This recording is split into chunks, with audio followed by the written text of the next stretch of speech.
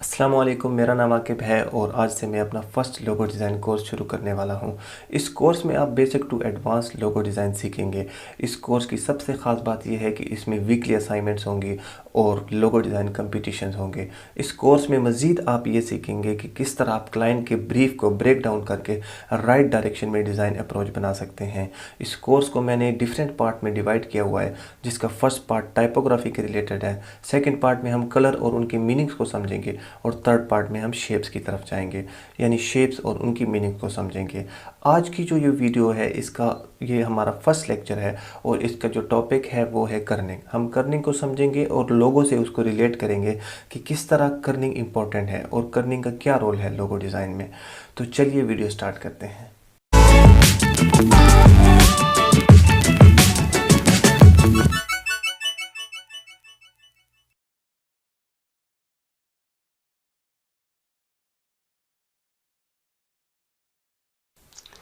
तो गाइस, आज का जो हमारा टॉपिक है वो है कर्निंग। कर्निंग क्या होती है, कर्निंग क्यों यूज़ होती है और कर्निंग किस लिए ज़रूरी है और इसके क्या मतलब डिज़ाइन में क्या इम्पोर्टेंस है। तो बेसिकली कर्निंग एक टाइपोग्राफी टर्म है और इलस्ट्रेटर में आपने इसको देखा भी होगा। कर्निंग जो है बहुत ज़्यादा ज़रूरी है, स्पेशली हेडिंग और लोगो टाइप्स में। लोगो टाइप से मेरा मतलब ये है कि ब्रांड नेम जो हम लोगो के साथ लिखते हैं उसको जो है लोगो टाइप कहते हैं। तो वहाँ पर कर्निंग बहुत ज़्यादा जो है इम्पोर्टेंस और मेन रोल जो है प्ले करती है। अगर आपका लोगो पुअर करना है तो बिलीव मी उसे कोई नहीं पसंद करेगा। बहुत ही बुरा लगता है पुअर कर लोगो। इस वक्त जो कर्निंग है, क्योंकि जितने भी प्रोफेशनल फ़ॉन्ट्स आजकल आ रहे हैं तो वो प्री कर्न होते हैं। उन्होंने कोशिश की होती है कि हर लेटर की जो स्पेसिंग वगैरह है वो एडजस्ट होती है, लेकिन फिर भी जब आप उसे बड़े साइज़ पर देखते हैं या छोटे साइज़ पर देखते हैं तो वो प्रॉब्लम क्रिएट कर देता है। तो कर्निंग को डिस्कस करना है आज हमने, और मेरी रिक्वेस्ट है आप लोगों से कि इसको साथ साथ नोट डाउन करें या समझें या प्रैक्टिस करें, वटेवर जो भी आप लोगों को बेहतर लगता है। मैं पेपर पर इसलिए समझा रहा हूँ ताकि सॉफ्टवेयर से थोड़ा हटकर एक टॉपिक थ्योरेटिकली आपके माइंड में बैठ जाए, क्योंकि ये काम जो है विजुअली आपने करना है। कर्निंग को आपने ऑटो कर्न तो करना नहीं है। मुझे मालूम है कि अब तक आपने ऑटो कर्न नहीं किया हुआ होगा, जैसे फ़ॉन्ट आ रहा है वैसे ही यूज़ किया होगा, लेकिन आज से इंशाल्लाह आपकी जो थिंकिंग है या जो प्रोसेस है वो चेंज हो जाएगी और आपकी जो विजुअल अंडरस्टैंडिंग है वो बढ़ जाएगी। कर्निंग में जो मेन इम्पोर्टेंट है वो है आपका रोल। मतलब आपके पास एक ऐसी आई होनी चाहिए जो उस फ़ॉन्ट को या उस टेक्स्ट को ऑब्ज़र्व करे बारीकी से। वो आई एक डिज़ाइनर के पास होती है और आप लोगों ने उसे इम्प्रूव करना है। तो चलिए कर्निंग के डेफिनेशन की तरफ चलते हैं।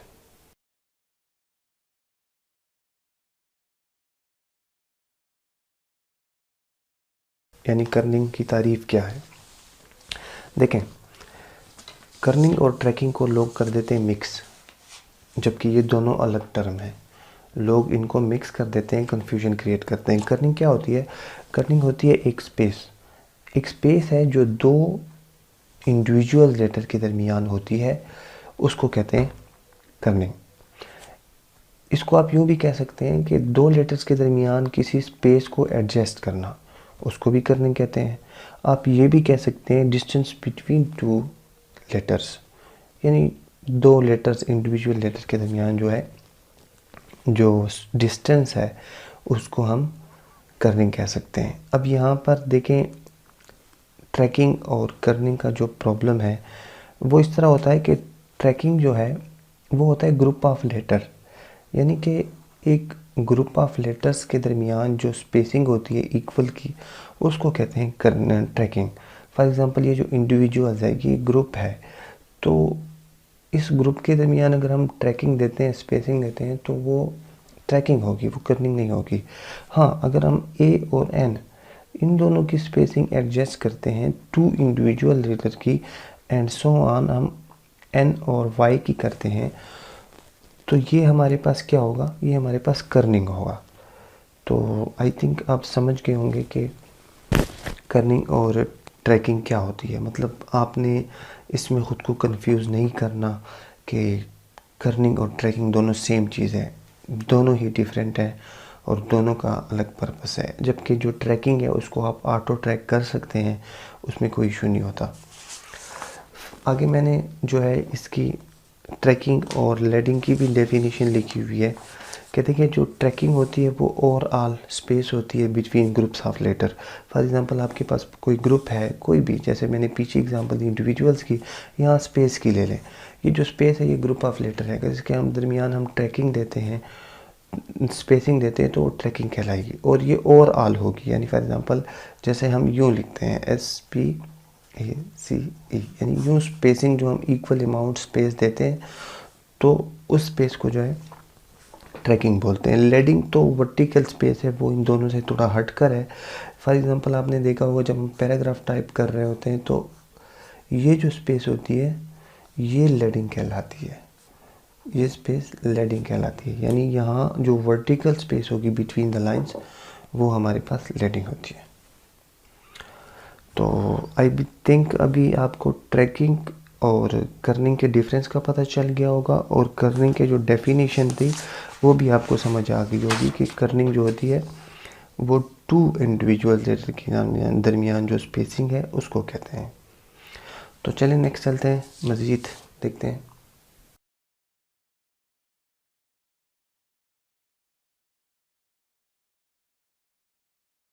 तो नेक्स्ट जो हमारे पास एक टिप है जो मैंने मतलब ट्रिक के तौर पर लिखी है कि आप इसको नोट डाउन कर लें कि अवॉइड ऑटो कर्न। इसका क्या मतलब है कि जो सॉफ्टवेयर में कर्निंग होती है टू टाइप की होती है, जिसमें जो है हमारे पास मेट्रिक और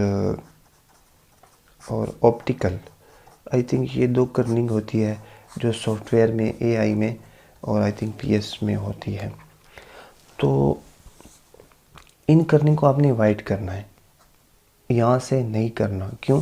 क्योंकि जब भी आपके पास हम लोगो टाइप की बात करते हैं या हेडलाइंस की बात करते हैं तो आपको ये खुद ही करना पड़ेगा और हर लेटर के लिए खुद करना पड़ेगा। फॉर एग्ज़ाम्पल अगर ए और आई है तो वो अलग रिलेशन बनाएंगे, जो है आई एल या आई और ओ, इनका अलग रिलेशन बनेगा। फॉर एग्ज़ाम्पल ये रिलेशन हम आगे पढ़ते हैं तो होता क्या है कि आपने इसको खुद करना होगा। जो सॉफ्टवेयर है वो कर्निंग करता है based on the type face, जो उसका फ़ॉन्ट का शेप है ना उस पे करता है। वो कोई रिलेशन नहीं बना रहा होता, उसको जो शेप मिल रही होती है ना, फॉर एग्ज़ाम्पल अगर ए की यूँ शेप है, आई की यूँ शेप है, तो वो इन शेप के बुनियाद पर जो है कर्निंग कर रहा होता है। और जबकि इसका एक प्रोसेस है, क्योंकि हम जब मैनुअली करते हैं तो जो हमारा काम है वो ज़्यादा कंट्रोल में और बैलेंस लगता है और एक रिदम क्रिएट होती है। तो कर्निंग आपने खुद ही क्रिएट करनी है, हर लेटर्स के लिए अलग ही करनी है और सॉफ्टवेयर पर डिपेंड नहीं करना।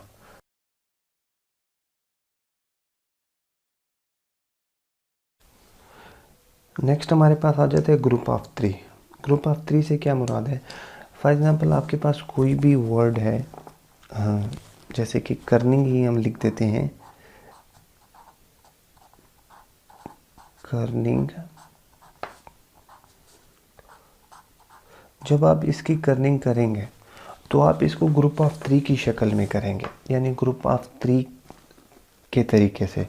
ग्रुप ऑफ थ्री का क्या है कि पहले आप जो है ना इन तीन लेटर्स की कर्निंग कर लेंगे, जो बाकी होंगे इनको आप अपनी आई से यानी अपनी माइंड के ज़रिए से हाइड कर लेंगे, आप इनको कंसिडर ही नहीं करेंगे। या फॉर एग्ज़ाम्पल अगर हम एआई में होते हैं तो कोई भी इसके ऊपर वाइट शेप हम ड्रा कर सकते हैं जो हमें नज़र ना आए। चूँकि फ़ॉन्ट हमारा आउटलाइन होता है तो हम इसको ऑटो कर्न कर सकते हैं। क्या होगा जब हम इन तीन लेटर्स की कर्निंग को एडजस्ट करेंगे तो हम वन बाई वन यहाँ से एक एक लेकर आएंगे, यानी कि फॉर एग्जांपल पहले n आ जाएगा एंड फिर हम i को लेकर आएंगे और एट द एंड हमारे पास ये पूरा लेटर जो है परफेक्टली कर्न हो जाएगा। तो ये ग्रुप ऑफ 3 का जो मेथड है बहुत इंपॉर्टेंट है और ज़रूरी है। इस तरह आप करेंगे स्टेप बाय स्टेप तो बेहतरीन तरीके से हो जाएगा। तो मज़ीद कंटिन्यू करते हैं।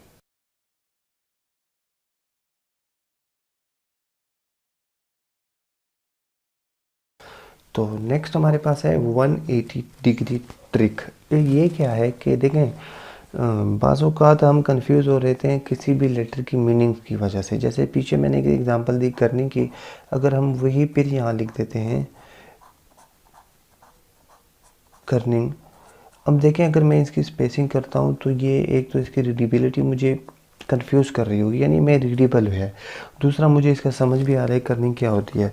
अगर मैं इसी टेक्स्ट को 180 डिग्री यानी यूँ रोटेट कर दूँ ताकि ये उल्टा हो जाए, यहाँ से यूँ जैसे हम करते हैं, तो क्या होगा कि इसकी जो मीनिंग है वो ख़त्म हो जाएगी। मैं इसकी रीडेबिलिटी इसकी ख़त्म हो जाएगी और तब अगर मैं इसकी कर्निंग करता हूँ तो बहुत ईजी हो जाएगा और मैं इजीली समझ सकूँगा कि कौन से 2 लेटर्स के दरमियान कितनी स्पेसिंग है और कौन से 2 लेटर्स के दरमियान मुझे एडजस्टमेंट करनी है। तो 180 ट्रिक ये है।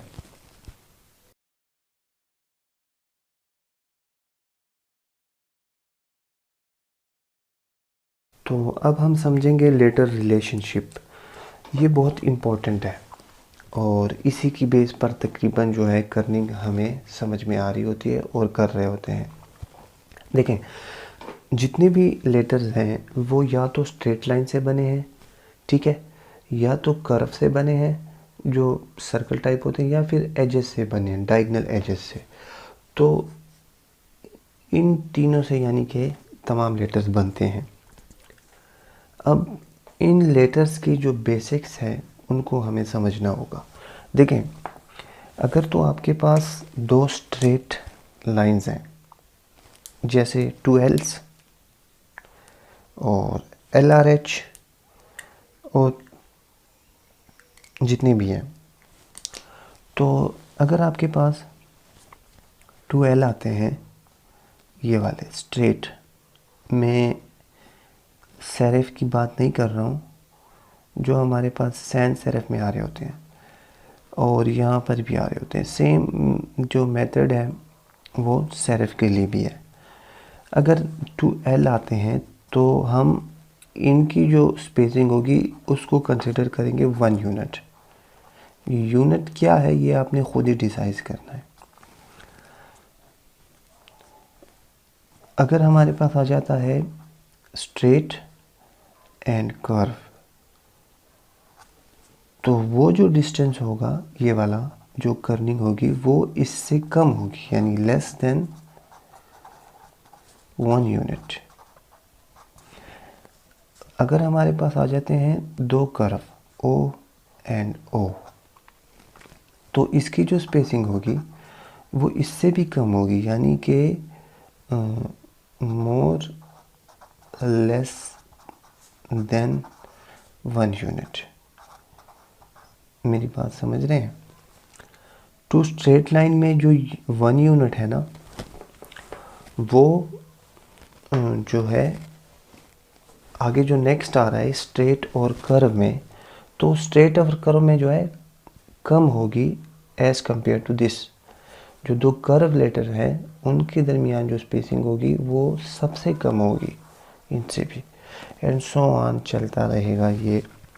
अब इसमें हमारे पास देखें, हम लिख सकते हैं कि जैसे हमारे पास IH आ जाता है, इस तरह आपको LO है तो C भी आ सकता है।